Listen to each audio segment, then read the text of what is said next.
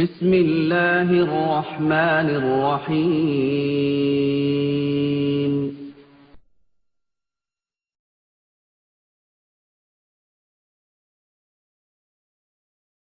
அஸ்ஸலாமு அலைக்கும் வரஹ்மத்துல்லாஹி வபரகாத்துஹு. அன்பிற்கும் பாசத்திற்கும் உரிய இஸ்லாமிய சகோதர சகோதரிகளே, நெல்லை மாவட்டம் கடையநல்லூர் மஸ்ஜிதுல் முபாரக் பள்ளிவாயில் கடந்த 1995 ஆண்டு கட்டப்பட்டு திறக்கப்பட்டு நம்முடைய ஜமியத் அஹ்லுல் குர்ஆன் வல் ஹதீஸ் அமைப்பின் நிர்வாகத்தின் மூலம் கடந்த 10 ஆண்டுகளுக்கு மேலாக நிர்வாகம் செய்து வருவதை தாங்கள் எல்லாம் அறிவீர்கள். தற்பொழுது அந்த மஸ்ஜிதுல் முபாரக் பள்ளிவாயில் மிகப்பெரிய ஒரு பிரச்சனைகளுக்கு மத்தியில் பெரிய ஒரு பரபரப்பை போல காட்சியளித்துக் கொண்டிருக்கிறது.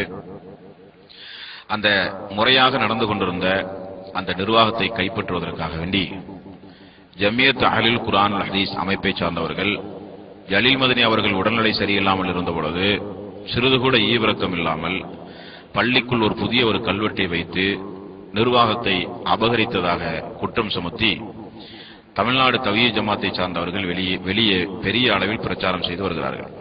அதனுடைய உண்மை நிலவரத்தை நீங்கள் இப்பொழுது பார்க்க போகிறீர்கள்.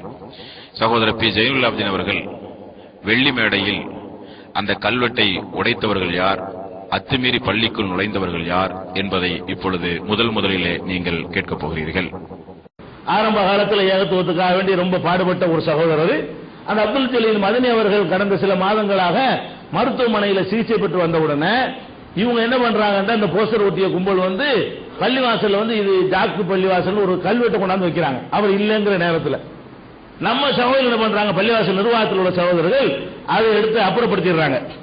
இப்பொழுது நீங்கள் பார்த்த இந்த வீடியோ கிளிப்பில் ஜலீல் மதனி அவர்கள் உடல்நிலை சரியில்லாமல் மருத்துவமனையில் சேர்க்கப்பட்ட பொழுது சிறிது கூட ஈவிரக்கம் இல்லாமல் ஜேஏக்கிற்கு சொந்தமானது என்ற ஒரு புதிய ஒரு கல்வெட்டை மருத்துவமனையில் ஜலீல் மதனி அவர்கள் இருக்கும் பொழுது புதிய ஒரு கல்வெட்டை ஜேஏகி கும்பல் அப்பொழுதுதான் கொண்டு வந்து வைத்ததாகவும் அதை பொதுமக்கள் எல்லாம் சேர்ந்து அப்புறப்படுத்தி அதிலிருந்து பிரச்சனையை ஜேஏகிஸ்தார்கள் தான் உருவாக்கினார்கள் என்று அண்ணன் அவர்கள் சொல்வதை இப்பொழுது நீங்க கேட்டீர்கள். என்ன சுருக்கமா சொல்ல வர்றாருன்னா, ஜலீல் மதனி அவர்கள் உடல்நிலை சரியில்லாமல் இருக்கும்போதுதான் கல்வெட்டை ஜேஏகிஸ்காரன் கொண்டு வந்து பள்ளிக்குள் வந்து வைக்கிறாங்க என்பதை இந்த கிளிப்பில் நீங்க பாத்தீங்க. ஆனா கல்வெட்டு எப்ப வைக்கப்பட்டதா சைஃபுல்லா சொல்றாங்கிறத இப்ப நீங்க பார்க்க போறீங்க.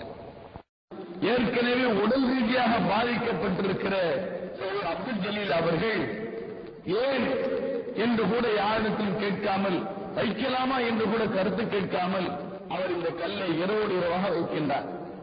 இப்பொழுது நீங்கள் பார்த்த இந்த வீடியோ கிளிப்பில் சகோதரர் சைஃபுல்லா ஹாஜி அவர்கள் என்ன சொல்கிறார்கள் என்றால், ஜலீல் மதனி அவர்கள் நல்ல நிலையில் உயிரோடு இருக்கக்கூடிய காலகட்டத்திலேயே அந்த கல்வெட்டை மஸ்ஜிதுல் முபாரக் பள்ளியிலே ஜேஏகிச்சின் பெயரை பயன்படுத்தி பதித்ததாகவும் அது யாரிடத்திலும் கேட்காமல் பதித்தார் என்று குற்றம் சுமத்தி பேசுகிறார். இதிலிருந்து கல்வெட்டை ஜேஏகிச்சை சார்ந்தவர்கள் ஜலீல் மதனி உடல்நிலை சரியில்லாமல் இருக்கும் பொழுது கொண்டு வந்து வைக்கவில்லை, ஜலீல் மதனி அவர்கள் நல்ல நிலையில் இருக்கும் போதே கல்வெட்டை வைத்தார் என்று சொல்கிறார். இன்னொரு கிளிப்பையும் நீங்கள் பாருங்கள். அவர்கள் இன்றைக்கு இருக்கிற தலைவர் ஷேக் உஸ்மான், துணைத் தலைவர் அதாவது தஸ்லீம் மசூத் என்பவரும், ஜுல்பிலே இருக்கிற அன்பு சகோதரர் பஷீர் அகமது உமரி அவர்களும், நானும் அப்துல் ஜலீல் ஆகிய 5 பேரும் உட்கார்ந்து இந்த கல்லு சம்பந்தமாக பேசும்போது சகோதரர் அப்துல் ஜலீல் அவர்கள் சொன்னார்கள், இந்த கல் ஒரு பெரிய பிரச்சனை அல்ல, இந்த கல் ஒரு பெரிய பிரச்சனை அல்ல, ஏன் இதை பிரச்சனையாக ஆக்குகிறீர்கள்?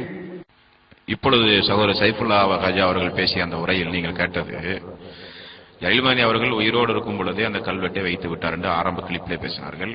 திரும்ப அந்த வைக்கப்பட்ட கல் சரிதானா என்பதை குறித்து ஒரு 5 பேர் கொண்ட குழு மசூரா செய்ததாகவும் அந்த மசூராவை மீறி அவர் அந்த கல்வெட்டை வைத்ததாகவும் ஜலீல் மதனி அவர்கள் உயிரோடு இருக்கும் பொழுதே கல்வெட்டை வைத்து விட்டார் என்று சகோதரர் சைஃபுல்லா ஹாஜி அவர்கள் சொன்ன கிளிப்பை இப்பொழுது நீங்கள் பார்த்தீர்கள். அந்த கல்வெட்டு எப்பொழுது வைக்கப்பட்டது என்கிற ஆண்டையும் தேதியும் அவர் சொல்வதை அடுத்த கிளிப்பில் நீங்கள் பார்க்க.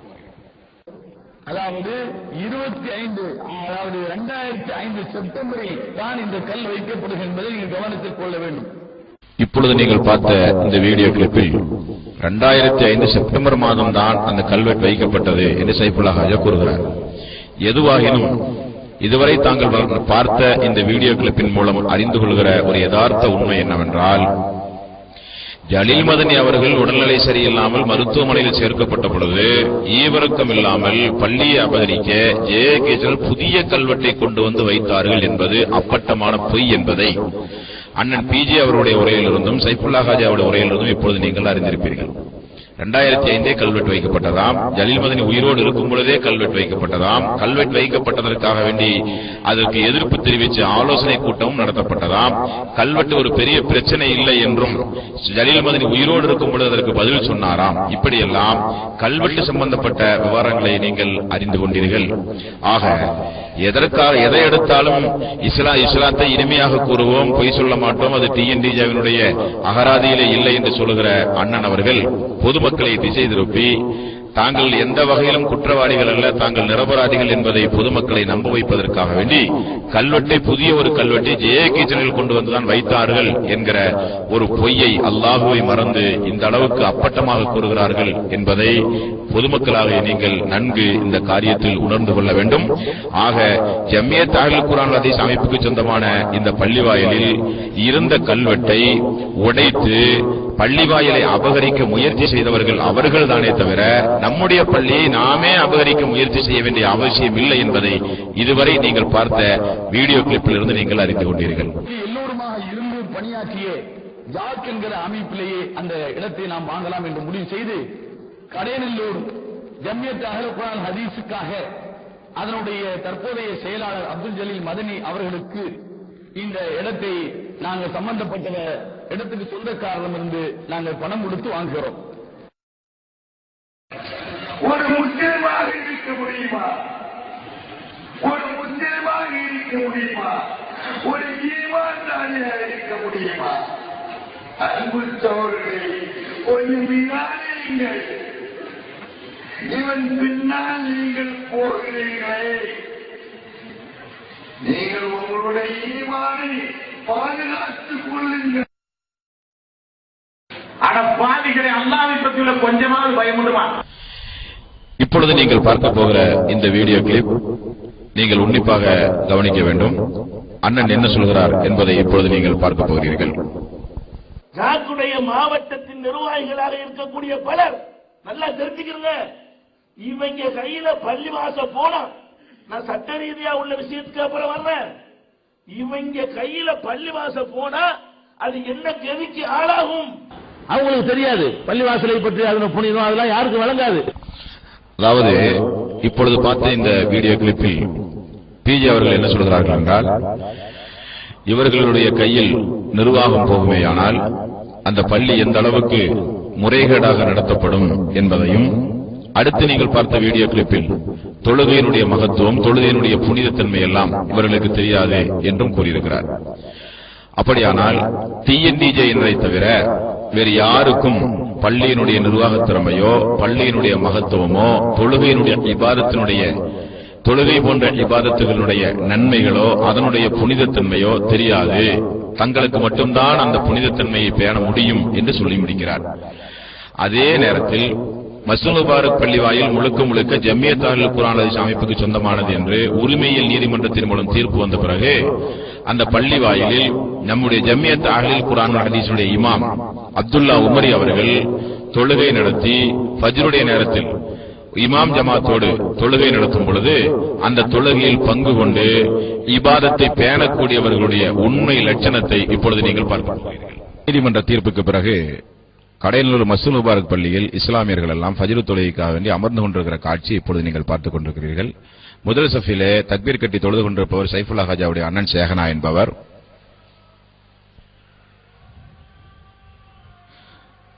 வானத்தோடு குடும்பத்தைச் சார்ந்த ரஹ்மான் சாஹ் அவருடைய தம்பி சிந்தா மதார் டிஎன்டிஜாவை சார்ந்தவர் இப்பொழுது தொழுகைக்கு தக்பீர் கட்டுகிறார். முதல் சஃபிலே நம்முடைய இமாம் அப்துல்லா உமரி அவர்கள் நின்று கொண்டு தொழுது கொண்டிருக்கிறார். கேஎஸ்ஆர் ரஹமத்துல்லா இம்தாதி அவர்கள் அமர்ந்து கொண்டிருக்கிறார். வலதுபுறம் எஸ் கமாலுதீன் மதனி அவர்கள் அமர்ந்து கொண்டிருக்கிறார். இப்படியாக தொழுகை ஆரம்பமாக போகிற இந்த நிலையில் சைஃபுல்லா ஹாஜா அவர்கள் வருகிறார். பின்னால் இடமிருந்தும் வேண்டுமென்றே கண்ணாடியை கலட்டி முதல் சஃபிலே தொழாமல் அமர்கிறார்.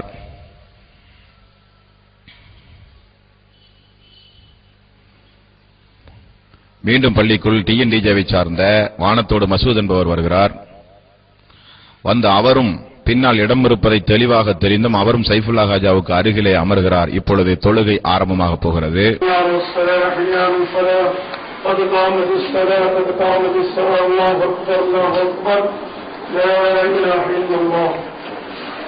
இக்காமத் முடிந்து விட்டது. இப்பொழுது ஜமாத் ஆரம்பமாக போகிறது.